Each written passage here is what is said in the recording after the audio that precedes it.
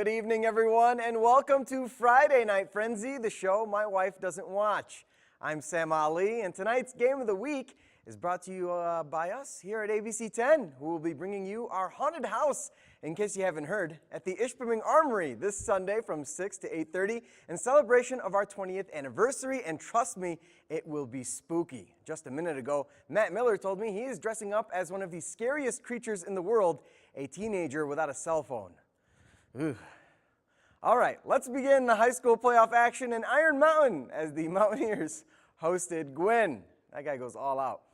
First quarter, the Model Towners near midfield check out the O-line, creating a hole for Chris Bosworth, and that's what we like to call a running lane. Boz, untouched to the house, 51 yards in all, 6-0 Gwyn. Iron Mountain would respond in its next drive. Aaron Bolo to his right finds Josh Tucker, who sheds a tackle, and then he's headed to the promised land. 26 yards on the pitch and catch, tied the game up at 6 after one quarter to the second. Iron Mountain's passing attack continues to do wonders for its offense. Bolo to Carson Wonders. He holds it in, setting up the Mountaineers at the Gwyn 36. The very next play, Iron Mountain continues to sling it. Bolo to Tucker in the end zone. And Carson Wonders would get the two-point conversion. Gwyn, they would drive all the way down to the Mountaineer 5, and on 4th and goal, Kevin Roberts finds Tucker Taylor in the end zone for 6. Gwyn still trailed 14-12. Just before halftime, Iron Mountain driving. Bolo with the quick hitter to Tucker, and just watch Josh Tucker go. Look at the effort as he dives into the end zone. Tucker had 3 touchdowns in the first half. Iron Mountain holds on for the 46-32 win to move on in the playoffs. The Model Towners finished the year with a 6-4 record. Congrats to Dion Brown and Towner Nation on a nice season. In Division 4 tomorrow, the Escanaba Eskimos will be at home as they host Whitehall. Kickoff is scheduled for noon local time. Eski is looking for their first playoff win since 2011. Let's go to Minor Stadium now for a Division 6 matchup as Negaunee hosted Charlevoix. First drive of the night for the Red Raiders was a great one, capped off by a touchdown run by Malcolm Williams.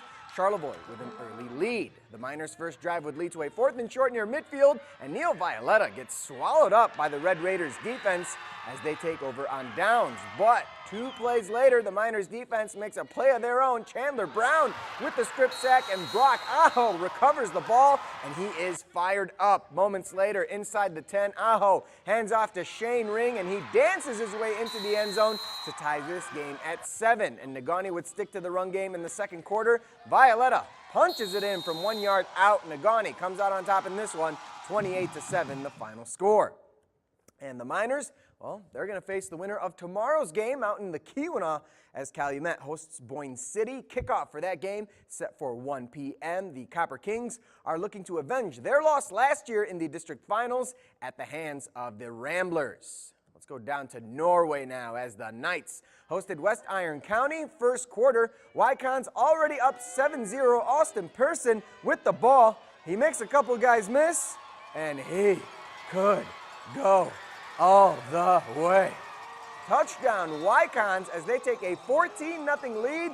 The Knights would battle back in this one, and with less than 10 seconds to go, they would score a touchdown and get the 2-point conversion, and the Knights beat the Wycons 15-14, the final score.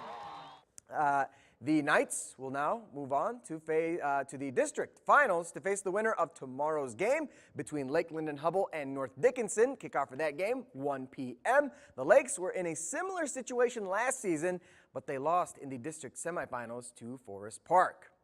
More Division 8 action. St. Ignace hosting Hillman. Check out this catch by Mitchell Peterson. He steps in untouched into the end zone. That's a touchdown. Later in the first, Saints in Tiger territory. Steve Cecia rolls out for a pass to Kenny Rickley, but it's thrown behind. Wyatt Berry makes a huge play for Hillman. 3 plays later, the Tigers snap too high. Kyle Moyer tries to make a diving save, but Carter Talaire is there to score on the turnover. St. Ignace moves on as they win it 55-20. They will face the winner of this game right here between Newberry and Gaylord St. Mary. Snowbirds' Josh Nowicki sweeps right but gets a little game. Mac Engelhart drags him down.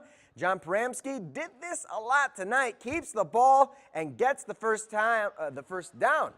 after being brought down by Andrew Grief. Big play here early in the fourth. Fourth down and goal at the one. Paramsky goes up the gut, but the Snowbirds stop him. Bigger play on the next play. Snowbirds, they are stopped in the end zone. That is a safety, folks, and that was the difference as Newberry survives and advances by the score of 16-14. Let's jump to District 5, and it was Menominee all over Kalkaska. 41-13, Sam Larson had 3 TDs on offense and 2 INTs on defense. The Maroons will go on to face the winner of tomorrow's game between Grayling and Kingsford. Kickoff at Flivver Field is set for 2 p.m.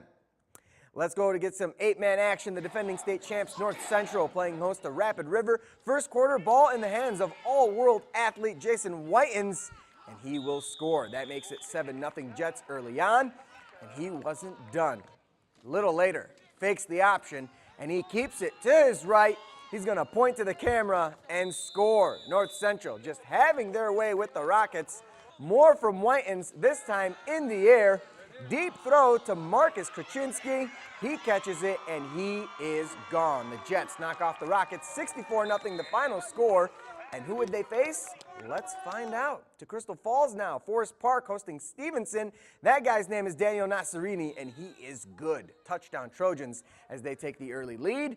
A little later, Nasserini shows he can throw just as good as he can run. Parker Sundell with the catch, and it's now 14-0 Forest Park. But the Eagles weren't going to just lay down tonight. Check out Jesus Bissara. Sheds one tackle, and he could go all the way. Touchdown Stevenson as they tried to chip away at the lead, but the Trojans were just too much as they win it 60-22. Forest Park faces North Central next week. That should be a good one. More 8-man scores as Engadine makes a crazy comeback in the fourth and gets to the end zone first in overtime as they beat Cedarville 38-30. Pickford had no trouble with Forest area 53-0. The Eagles and Panthers will meet next week.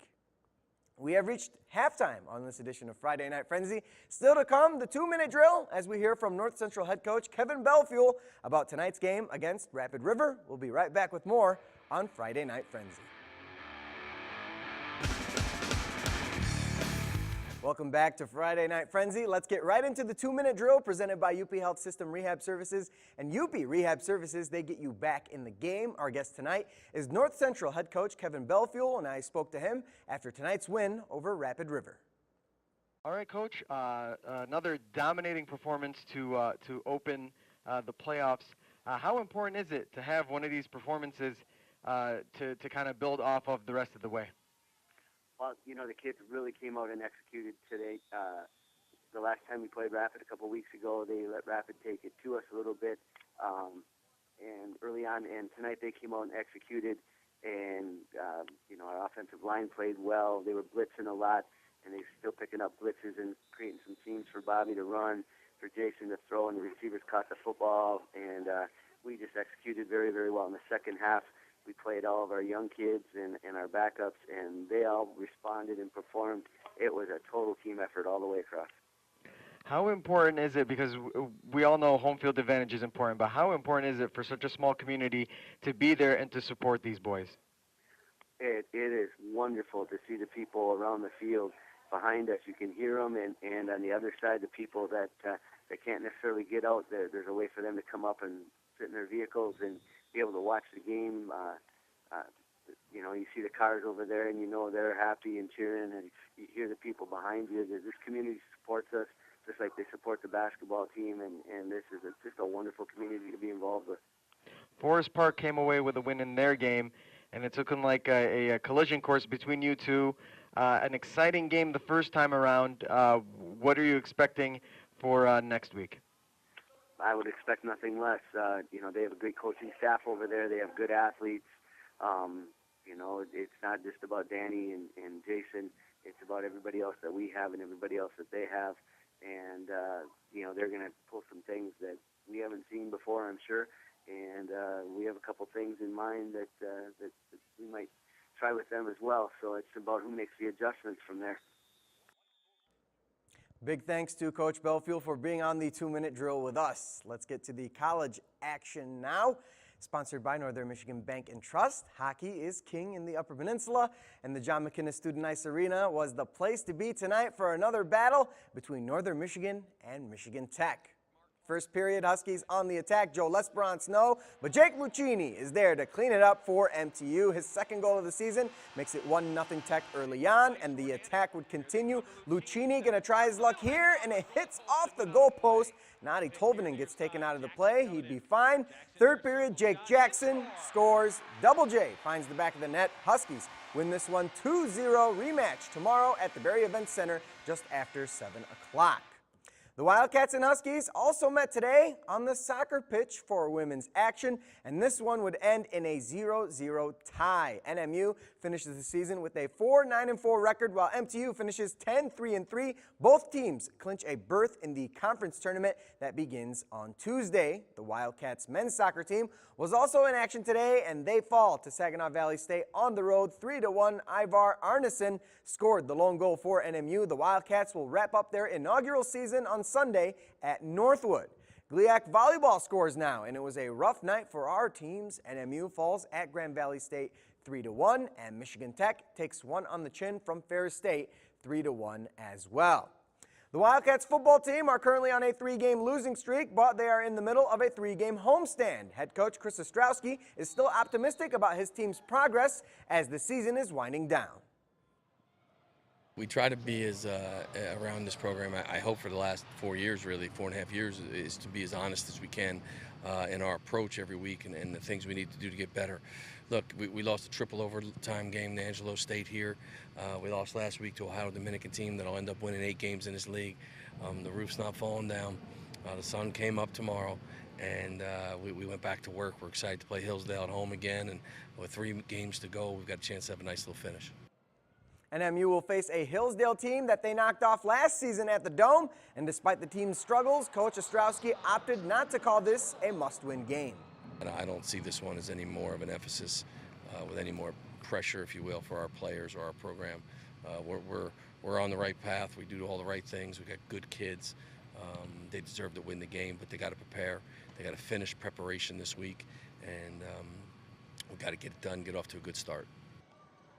Kickoff at the Superior Dome is scheduled for 1 o'clock. As for the Huskies, they will be at Sherman Field in Houghton for their game against 9th-ranked Ashland. Kickoff for that game scheduled for 1 p.m. MTU is trying to end a 4-game skid before next week's big game against NMU. Rivalry week continues on the D1 college football level as the number 2 ranked Michigan Wolverines travel to East Lansing to take on the struggling Michigan State Spartans. That game kicks off tomorrow at noon on ESPN. Last time these two teams met, MSU won the game on a last-second blocked punt touchdown. And in the NFL, both Detroit and Green Bay will be on the road. The Lions will be in Houston to take on the Texans at 1 o'clock. The Packers travel to Atlanta to face the Falcons at 4:25. That will do it for me on this edition of Friday Night Frenzy. Next week will be our final Frenzy of the season, so be sure to tune in and see what teams will move up one step closer to a state championship. Here's a look at the top plays from tonight's action. Jimmy Kimmel is next here on ABC 10. From all of us here at the station, have a great night and a great weekend. Don't forget to go to that haunted house thing.